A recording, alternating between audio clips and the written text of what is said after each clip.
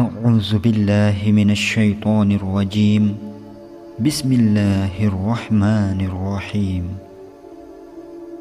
السلام عليكم ورحمة الله وبركاته اللهم صل على سيدنا محمد عبدك ورسولك النبي الأمي وعلى آله وصحبه وسلم Rabbi shrahli sadri wa yassirli amri wahlul 'uqdatam min lisani yafqahu qawli. Syekh Abdul Qadir Al-Jilani rahmatullah alaih memberikan nasihatnya sebagai berikut. Celaka, engkau telah ditutupi oleh makhluk, bukan oleh Khalik. Mengapa kemudian engkau justru membukanya kepada manusia? Dan engkau mengambil uang dari sakumu dan rumahmu. Wahai orang yang meninggalkan cermin untuk dipecahkan, bahkan makanmu di botol kelak akan diceritakan dengan jelas kepadamu. Tidak lama lagi akan nyata pengaruh racun itu di badanmu. Wahai orang yang memakan racun, makanan haram adalah racun bagi jasad agamamu. Tidak mensyukuri nikmat juga merupakan racun bagi agamamu.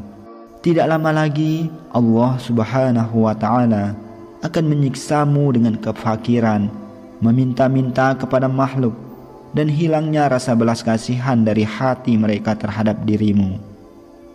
Dan engkau, wahai orang yang tidak mengamalkan ilmu, tidak lama lagi ilmumu akan terlupakan dari hatimu, dan keberkahan ilmu juga akan hilang darimu.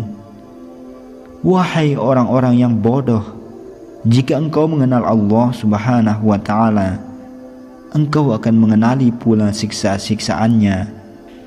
Perbaikilah adab ketika bersamanya dan ketika bersama makhluknya. Kurangilah bicara sia-sia. Ada orang saleh yang pernah berkata, ketika aku melihat seseorang pemuda meminta-minta, maka aku berkata kepadanya, jikalau engkau bekerja, itu akan lebih baik bagimu. Setelah mengucapkan kata-kata itu, aku mengalami siksaan, yakni tidak mampu beribadah malam selama 6 bulan. Hendaklah engkau sibuk dengan sesuatu yang berguna bagimu, wahai gulam, dan meninggalkan sesuatu yang tidak berguna bagimu. Keluarkanlah nafsumu dari hatimu, agar kebaikan datang kepadamu. Sesungguhnya nafsu itu adalah kotoran yang menyebabkan kekeruhan. Setelah ia keluar, tentu akan datang kebersihan tanpa kotoran lagi.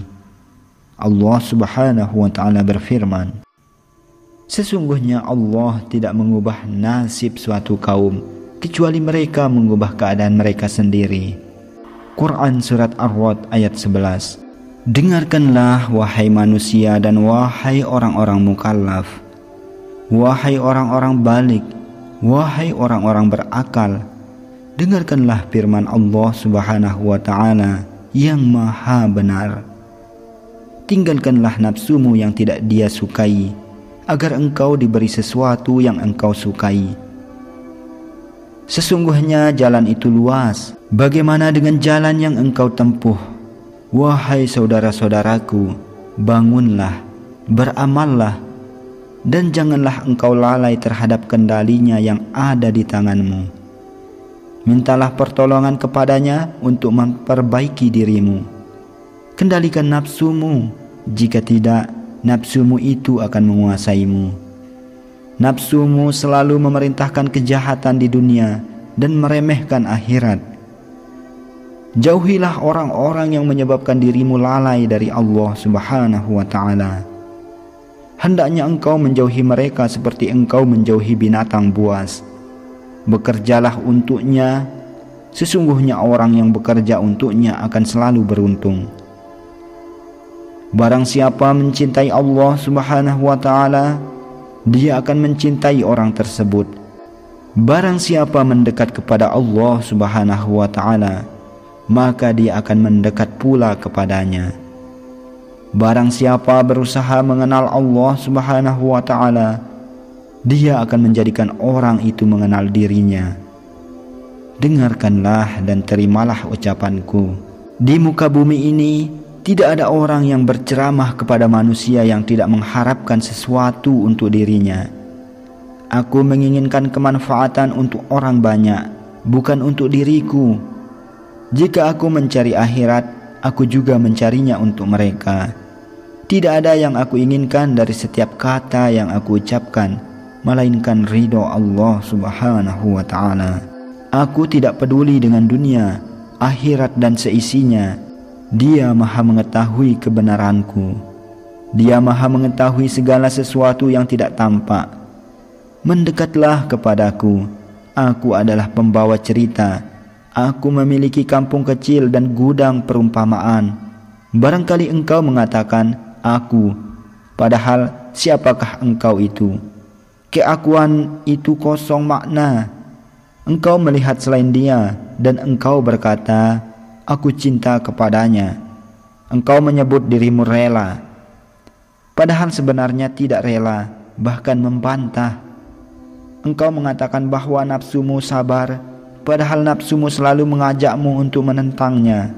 Semuanya akan terbukti setelah engkau mati, karena penyakit di badanmu terlalu parah sehingga engkau tidak lagi merasakan sakit. Keadaanmu kosong, hatimu kosong dari dunia, akhirat dan segala isinya. Engkau memiliki wujud jika melaksanakan perintahnya dan meninggalkan larangannya.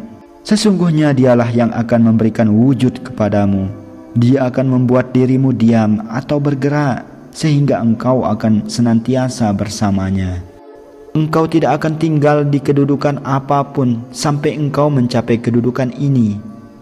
Allah Subhanahu wa ta'ala tidak akan menanyakan bentuk pada seseorang hamba, tetapi yang ditanyakan adalah maknanya, yakni ketauhidan dan keikhlasannya, serta hilangnya cinta dunia dan akhirat dari dalam hatinya. Bahkan Allah Subhanahu wa ta'ala menghendaki agar segala sesuatu jauh darinya. Jika keadaannya telah demikian, Allah Subhanahu wa ta'ala akan mencintainya, mendekatkan dirinya kepadanya, dan mengangkat derajatnya lebih tinggi dibandingkan orang-orang lain. Wahai Zat yang Maha Esa, murnikanlah ketauhidanku kepadamu. Selamatkanlah kami dari kejahatan makhluk. Murnikanlah keyakinan kami untukmu. Benarkanlah pengakuan kami dengan bukti kemurahan-Mu dan rahmat-Mu. Perbaikilah hati kami, mudahkanlah urusan kami, dan jadikanlah hati kami mencintai Engkau. Jadikanlah kegelisahan kami jika berjauhan dengan Engkau. Jadikanlah tujuan kami hanya satu, yaitu ridho-Mu ya Allah, dan berdekatan denganmu ya Allah, di dunia maupun di akhirat. Ya Tuhan kami, berilah kami kebaikan di dunia dan kebaikan di akhirat, dan peliharalah kami dari siksa-siksa api neraka. Amin, amin, amin, ya Rabbal Alamin. Akhirul kalam, wabillahi taufiq wal hidayah. Wassalamualaikum warahmatullahi wabarakatuh.